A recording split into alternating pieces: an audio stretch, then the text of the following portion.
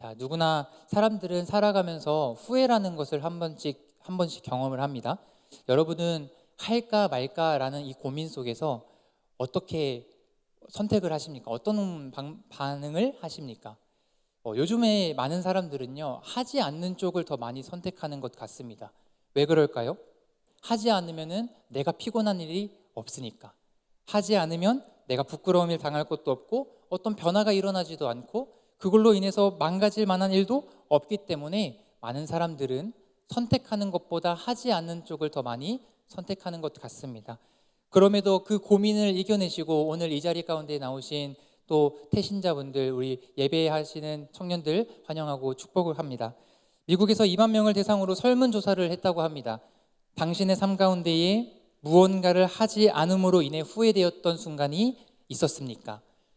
대부분의 사람들이요, 나의 삶 가운데에 내가 하지 않은 선택으로 말미암아 후회했다라고 그렇게 설문조사에 응답했다라고 합니다. 뭐 그런 거죠. 면접 때 내가 할 수 있는 말이 있었는데 까먹고 하지 않았다라거나, 내가 마음에 있는 그 사람에게 그 내 마음에 있는 것을 고백하지 못했을 때나, 사랑하는 부모님에게 미처 사랑한다 말하지 못했을 때, 이런 것들을 후회한다라는 겁니다. 누군가는 후회야말로 우리를 더 인간답게 만들어 간다라고 이야기를 합니다. 그래서 후회를 인정하고 더 성장할 것을 기대하라, 이렇게 격려하기도 하죠. 하지만 이 시대를 살아가는 청년 여러분, 우리에게 있어서 절대 후회해서는 안 되는 일이 하나 있습니다. 다른 사람들이, 세상 사람들은요, 아무리 이 후회라는 것이 인간을 인간답게 만들어준다 이야기해도요, 우리에게 있어서 다른 것과는 별개로 삶에서 절대 후회하지 말아야 할 것, 우리가 놓쳐서는 안 되는 가치가 하나 있습니다. 저는 오늘 여러분과 함께 이 후회 없는 삶을 산 한 여인의 이야기를 함께 나눠보고자 합니다. 오늘 성경에서는요, 12년 동안 혈루증을 앓고 있는 한 여인의 등장으로 말씀이 시작을 합니다. 혈루증이라는 것은 보통 여성들에게 생기는 질병인데요, 시도 때도 없이 또 자주, 때로는 불규칙적으로 몸에서 피를 흘리는 질병이라고 합니다. 지금에서야 이 병의 원인을 찾을 수 있었지만 그 당시의 의술로는 이 병의 원인을 찾을 수 없었대요. 불치병이라고 생각을 했던 거죠. 얼마나 육체적으로 큰 고통이었겠습니까? 그런데 그것보다 더 큰 문제는 무엇이었냐면 바로 사회적인 고통이었어요. 그녀가 당하고 있는 이 육체적인 고통뿐만 아니라 사회적으로도 받는 고통을 안고 살아야만 했다는 거죠. 왜냐하면 이 질병이 율법적으로 부정하다 여겨지는 질병이었기 때문에 그렇습니다. 구약의 율법에 따르면 사람이 부정하게 되는 순간들을 많이 제시하고 있는데, 그 중에 하나가 바로 이 유출병, 사람이 피를 흘리게 되면 부정하게 여겨진다라고 기록하고 있습니다. 그렇다 보니까 이 혈루증 역시도 율법적으로 부정하게 여겨지는 그러한 병이었어요. 그런데 이 혈루증을 앓고 있는 여인이 부정하게 여겨졌을 뿐만 아니라 그가 만지는 것도 부정하게 되고요, 그래서 다른 사람들과 어울릴 수 없었습니다. 이렇게 함께 모여서 예배할 수도 없었습니다. 악수도 못했고요, 서로 마주보기도 어려웠습니다. 심지어 이 질병을 겪는 여인들은 남편과 이혼을 해야 되는 상황도 벌어졌다고 합니다. 그들을 지켜줘야 하는 가족마저도 그들을 지켜주지 못하고 떠난다라는 거죠. 이 여인은 사회로부터 철저한 격리를 당하고 있었습니다. 그녀는 혼자 살아가는 세상을 살고 있었고요, 그녀는 세상과 소통을 할 수 없는 위치에 있었습니다. 외로움이란 자리에 그렇게 홀로 살아가고 있는 존재였어요. 연예인들이 흔히 말하기를 이 연예계 생활을 하다 보면 가장 무서운 것이 악플이 아니라고 합니다. 뭔 줄 아세요? 무플이에요. 무플, 무관심. 맞아요. 여러분이 지금 해주시는 그 반응이에요. 아무도 나에게 관심을 가져주지 않는 것, 그게 가장 큰 상처라는 거죠. 오늘날은 아무도 나에게 간섭하지 않았으면 좋겠고, 그래서 혼자서 밥 먹고 혼자서 생활하고 혼자서 사는 것을 더 추구하고 선호하는 그런 문화로 발전해 나가고 있습니다. 그런데 우리는 사회적 존재입니다. 사람과 사람 사이에 관계 맺지 않으면 살아갈 수 없는 존재예요. 우리는 세상 속에서 관계를 맺으며 살아가도록 만들어졌습니다. 그것이 우리가 원하든 원하지 않든 그렇다는 거예요. 하나님께서 세상을 창조하시고 인간이 혼자 있는 것을 보기 좋지 않으셨기 때문에 돕는 배필을 만들어 주셨던 것처럼 우리는 혼자 살아가는 존재가 아닙니다. 하지만 지금 이 여인은 외로움의 자리에 혼자 놓여져 있습니다. 그래서 그녀는 지금 자신의 병을 낫고 싶어 했습니다. 낫고자 합니다. 본문의 말씀을 볼까요? 26절의 말씀입니다. 많은 의사에게 많은 괴로움을 받았고 가진 것도 다 허비하였으되 아무 효험이 없고 도리어 더 중하여졌던 차에, 그녀는 지금 많은 의사들을 만났어요. 그리고 가지고 있는 재산을 전부 다 허비했습니다. 그런데 아이러니하게도 그녀는 지금 굉장히 많은 노력을 하고 있음에도 불구하고 그녀가 가지고 있는 그 문제는 해소되지 않고 오히려 더 가중되고 있는 걸 볼 수 있습니다. 아무런 소용이 없었어요. 내가 할 수 있는 많은 노력을 했지만 나음을 입지 못했습니다. 병을 낫기 위해서 돈도 바쳐봤고요, 잘 나간다라고 하는 그 의사들을 모두 다 만나봤습니다. 얼마나 아팠을까요? 그 당시에 이 병이 불치병이라고 생각했기 때문에 모든 의술, 무슨 시술이든 수술이든 다 했을 겁니다. 그러니까 이 여인에게는 괴로운 거죠. 그런 고통들을 감내했습니다. 그런데 그녀는 낫지 못했어요. 오히려 괴로움만 쌓이게 되었습니다. 이 정도면은 그녀가 지금 감당하고 있는 그 자신의 인생이 아무런 희망이 없는 인생이라고 여겨졌을지도 모르겠습니다. 그녀는 부정한 존재로 아무도 자신을 만나주지 않았고 가지고 있는 돈이 얼마 있었는지는 모르겠지만 다 허비했습니다. 심지어 병은 더 악화되어져만 갔고 아무도 이 병을 고칠 수 없다라는 말을 들었을 때 그녀에게는 이 모든 것들이 그냥 절망이라고 생각했을 것 같습니다. 그냥 절망 가운데 놓여져 있는 자신의 모습을 바라봤겠죠. 그런데 이 절망의 순간에 한 가지 소망의 메시지를 듣게 됩니다. 그녀는 한 소문을 듣게 되는데 이런 소문이에요. 예수라는 사람이 지금 모든 사람의 질병을 고치고 다닌다. 그래서 그 예수라는 사람이 앉은뱅이도 일으키고 손 마른 자도 고치고 귀신 들린 사람도 고치고 눈먼 사람도 다 고쳐주시고 있대. 이런 얘기를 들었을 때 아무에게도 고침을 받을 수 없을 거라고 했던 그 여인이 누군가는 지금 모든 질병을 고칠 수 있다라고 하는 그 한 사람이 등장했다라는 소문을 듣게 되었습니다. 삶의 희망이라고는 하나도 없는 그녀에게 희망의 메시지가 들어온 거죠. 여러분, 지금 그녀가 들은 것을 바로 복음이라고 합니다. 나를 구해줄 수 있는 소식을 듣게 되었어요. 기쁜 소식이 그녀를 찾아오게 된 거죠. 그리고 그녀에게 찾아온 이 기쁜 소식은 그녀를 변화시키기 시작했습니다. 성경 29절을 함께 보겠습니다. 이에 그의 혈루 근원이 곧 마름에 병이 나은 줄을 몸에 깨달으니라. 여러분, 사람이라면 감각을 다 가지고 있습니다. 최근에 3월 말에 눈이 오는 일들이 생겼어요. 그로 인해서 날씨들이 너무 변덕스러웠죠. 저도 지금 제 목소리가 사실 원래 이렇지 않거든요. 코가 좀 맹맹하고 으슬으슬함을 좀 한 주간 좀 느꼈습니다. 그럴 때 여러분 무슨 기분이 드세요? 아, 내가 감기가 오겠구나. 나 이제 곧 나에게 감기가 찾아오겠구나. 이런 생각이 들지 않습니까? 또 워낙 바쁜 일상생활 속에서 이 많은 일들을 처리해야 나가야 하는 이 사회 속에 밥이라도 좀 천천히 먹고 싶은데 상사 눈치 보고 회사 눈치 보기 때문에 너무 급하게 먹는 바람에 이 속에서 거북함을 느끼면 여러분 어떤 진단을 내리세요? 나 체했다. 그래서 소화제를 먹지 않습니까? 우리는 의사한테 가지 않아도, 의사가 와서 맥을 짚어보지 않아도요, 내가 느끼는 감정과 느낌들을 이렇게 상태를 알 수 있습니다. 이 여인도 마찬가지였어요. 12년 동안 나를 괴롭힌 이 질병에 대한 감각을 알고 있었습니다. 아, 지금 나에게 피가 흐르고 있구나. 지금은 피가 멈췄네?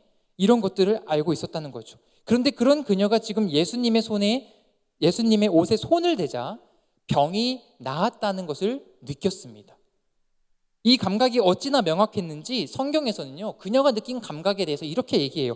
혈루 근원이 말라버렸다. 이렇게 기록하고 있습니다. 전에 느껴보지 못했던 느낌이 생겼다는 거예요.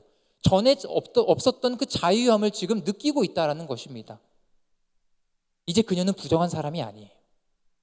다른 사람과 함께 밥도 먹을 수 있고요. 이제 손도 잡을 수 있고요. 마주 볼 수도 있고요. 이렇게 모여서 함께 예배할 수 있게 되었습니다. 이제 더 이상 격리된 존재가 아니에요. 외로움을 친구 삼을 필요가 없습니다. 이제 많은 사람들이 나의 친구로 다가와 줄 것을 기대해요. 그런데 진짜 그럴까요? 정말 그녀에게 많은 친구가 생기고 사람들이 다가와서 고생했다, 이제 고생 많았지 하면서 껴안아주고 위로해 줄까요? 그녀는 여전히 혼자일 겁니다. 그녀는 여전히 사회로부터 격리당할 것이고, 그녀는 여전히 외로움이란 친구를 가지고 살아야 될 겁니다. 왜 그럴까요? 사회적 인식이라는 것이 있기 때문에 그렇습니다. 우리도 한 번씩 다 경험한 것들일 겁니다. 예를 들어서 이 유명한 어떤 한 사람이 자신의 책임을 무책임한 행동으로 인해서 퇴출되었다는 어떤 일을 우리가 봤다고 생각해 봅시다. 우리는 그런 사람들을 보면서 못된 사람, 모자란 사람, 어떻게 공인이 되어서 저럴 수 있을까라는 많은 생각들을 가지고 비난을 하겠지만, 근데 나중에 그 퇴출되었던 사람이 다시 어떻게 그것들을 이제 회복해 보고자 기부도 열심히 하고 선행도 하고 많은 것들을 사람들 앞에서 봉사하고 다녔다고 해봅시다. 그럼 여러분은 그 사람을 봤을 때 드디어 사람 됐네, 이 사람들을 생각하고 기분 좋은, 위로해주는 어떤 분위기로 만들어질까요? 또 사고치는 거 아니야? 걱정하겠죠. 왜냐하면 우리 뇌리에 박혀버린 그 사람이 죄인이라는 그 낙인이 머릿속에 이미 찍혀버려 있었기 때문입니다. 그런데 이 여인도 지금 병고침을 받았다 한들 누가 믿어줬을까요? 12년 동안 가지고 있었습니다. 1, 2년이 아니라요, 12년 동안 가지고 있었던 부정한 여인으로 사람들이 인식했기 때문에 그냥 사람들이 봤을 때 저 여인은 부정한 여인, 함께 할 수 없고 다가가기 싫고 그런 여인으로 낙인 찍혀 있었다는 거죠. 그녀가 부정한 것을 모르는 사람이 아무도 없었습니다. 근데 누가 그런 그녀에게 다가갈 수 있었을까요? 어쩌면 그녀는 이제 더 괴로워질지 모릅니다. 저 이제 부정한 사람 아니에요, 저 깨끗하게 됐어요 라고 아무리 소리를 쳐도요, 사람들은 아니, 넌 부정하고 우린 너의 말을 믿지 않아 라고 그렇게 반응을 했을 때 그녀는 오히려 그 답답한 마음에 혼자서 이 괴로운 날들을 보내야만 했을 것입니다. 하지만 여러분, 복음이라는 것은요, 결코 우리에게 괴로움을 선물해 주지 않습니다. 복음은 우리가 생각하는 것 이상의 더 큰 은혜를 누릴 수 있도록 하는 것입니다. 내가 상상하는 것 이상으로 나에게 부어지는 것이 복음의 힘과 능력입니다. 오늘 말씀 30절을 보면 예수님이 갑자기 이런 말씀을 하세요.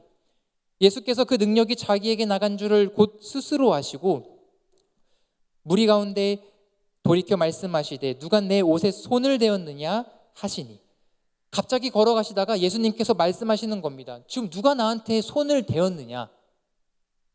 왜 그랬을까요? 우리 예수님 결벽증이 있으셨던 걸까요?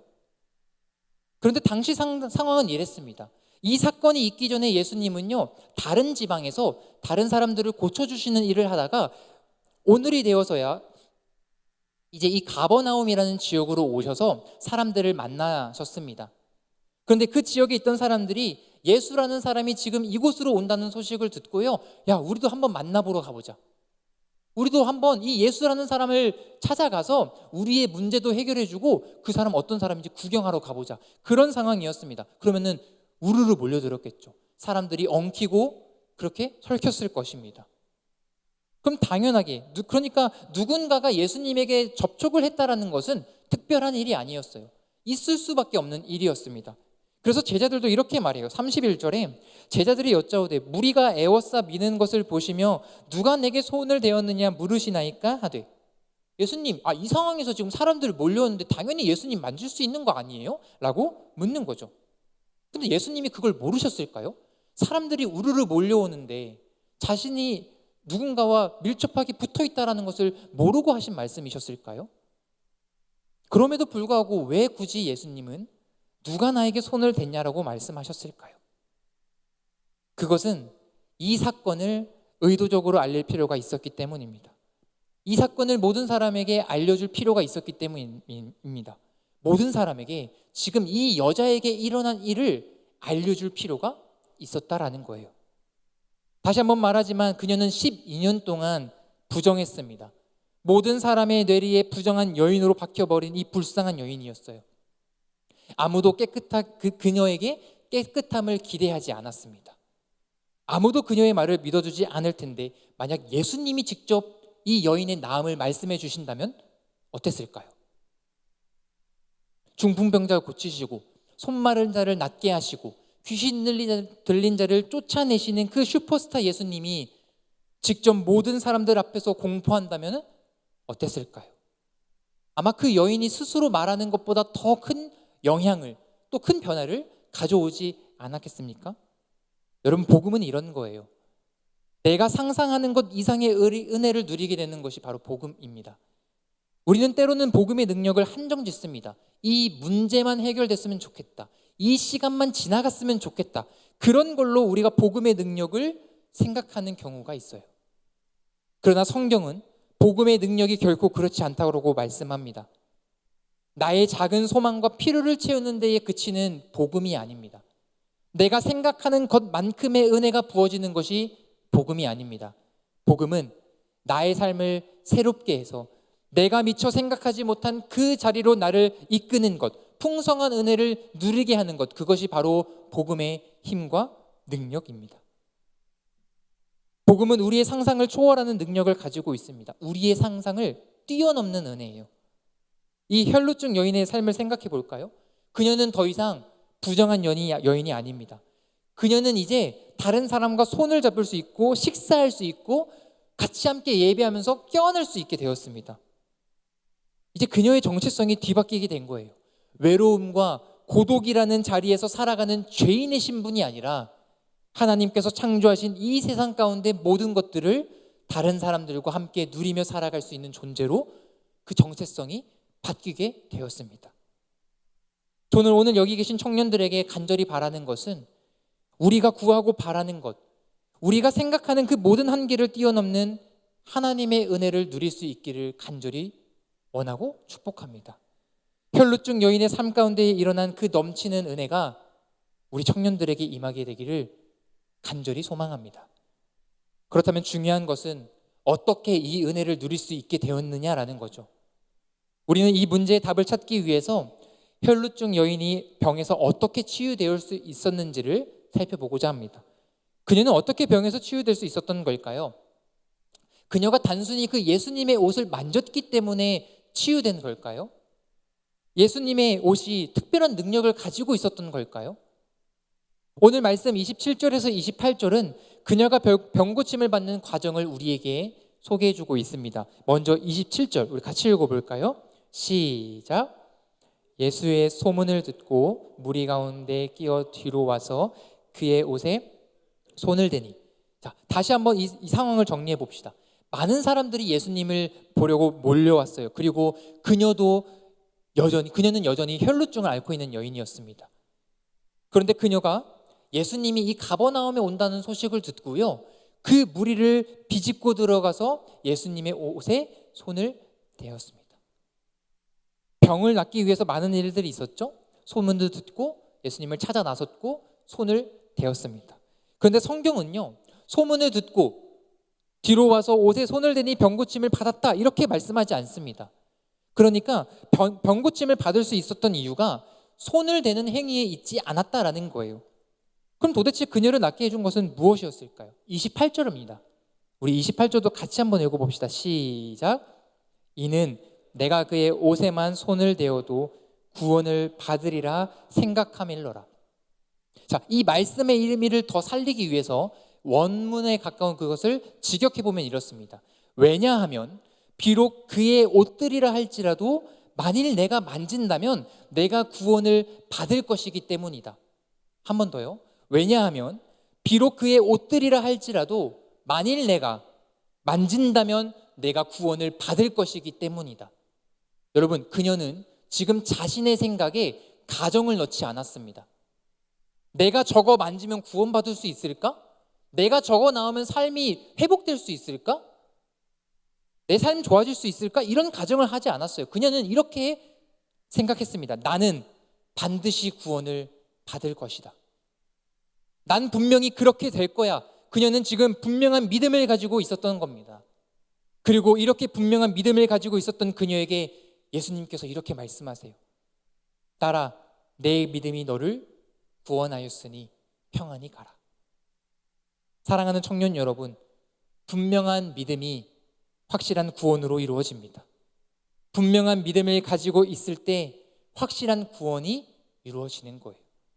지금 나의 삶이 절망의 끝자락이라 할지라도, 내 삶에 아무런 희망이 없다 느껴질지라도, 그런 삶을 살아가고 있다 할지라도 이 여인과 같이 분명한 믿음을 가지고 주님 앞에 나아가면 하나님의 그 구원의 은혜가 우리에게 분명히 임하게 되는 줄을 믿습니다. 하지만 그러기 위해서 꼭 필요한 것이 하나 있어요. 뭘까요? 그것은 바로 미루지 않는 믿음이에요. 사실 혈루증 여인이 이 예수님에게 손을 댄 것은 엄청난 용기가 필요했습니다. 이거 쉽게 생각하면 안 됩니다. 그녀는 지금 자신과 접촉하는 사람에게 부정함을 줄 수 있다라는 것을 알고 있었습니다. 나와 접촉하는 사람은 소위 재수 없게 된다라는 것을 알고 있었어요. 그럼에도 불구하고 지금 그 상황에서도 이 슈퍼스타였던 예수님에게 내가 손을 대겠다라는 것은 정말 엄청난 시도였습니다. 내 목숨을 위태할 정도로, 내 목숨을 걸 정도로 아주 위험한 시도였습니다. 하지만 그녀는 담대히 행동했습니다. 왜 그랬을까요? 바로 지금 오늘이 나에게 임한 구원의 날이라는 것을 알고 있었기 때문입니다. 바로 이 날이 나에게 임한 유일한 날처럼 여겨졌기 때문에 그렇습니다. 하나님의 은혜는 하나님의 계획 가운데에 이루어집니다. 우리가 아무리 노력하고 발버둥 쳐도 우리는 그 순간과 그 타이밍을 알 수 없습니다. 그녀 역시 마찬가지였어요. 내일 무슨 일이 일어날지 알 수 없었습니다. 그렇기 때문에 그녀에게 있어서 예수라는 인물은 오늘 아니면 만나지 못할 인물처럼 여겨졌을지 몰라요. 그분이 내일도 이 가버나움에 머무신다라는 보장이 없었습니다. 어제는 저쪽 지방에서 왔고 오늘은 여기 있으니 내일은 다른 곳으로 가셨을지도 모른다라는 생각을 했을지 모릅니다. 그렇기 때문에 이 여인에게 예수님은요, 오늘 꼭 만나야 하는 사람이었어요. 바로 오늘이 자신의 12년의 그 골통에서 해방될 수 있는 유일한 날로 여겨졌던 것입니다. 그녀는 자신에게 주어진 이 구원을 놓치고 싶지 않았습니다. 미루고 싶지 않았습니다. 자신이 가지고 있는 이 믿음을 다른 날로 미루지 않았습니다. 그녀는 자신이 오늘 행해야 하는 그 믿음을 분명하게 행함으로 말미암아 구원을 얻게 되었습니다. 말씀을 정리합니다. 우리도 이 혈루증을 앓는 여인처럼 우리 삶 속에 여전히 씨름하고 해결받지 못하는 문제들이 있지 않습니까? 세상의 방식과 지혜로 이 우리의 갈급함을 해결할 수 없지만 이 땅을 창조하시고 다스리시는 그 예수 그리스도께서는 해결하실 수 있습니다. 그분은 모든 능력과 모든 권세를 가진 참 하나님이시기 때문에 그렇습니다. 우리가 이 은혜를 누리기 위해서는요, 오늘 이 시간 믿음으로 고백하는 것이 필요합니다.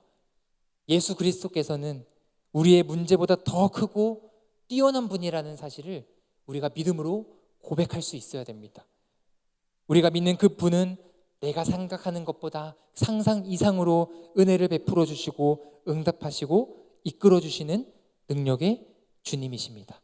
이 믿음을 가지고 주님 앞에 나아갈 때에 세상이 줄 수 없는 그 참된 평안과 또 위로가 우리 삶 가운데 가득 넘치길 주님의 이름으로 축복합니다.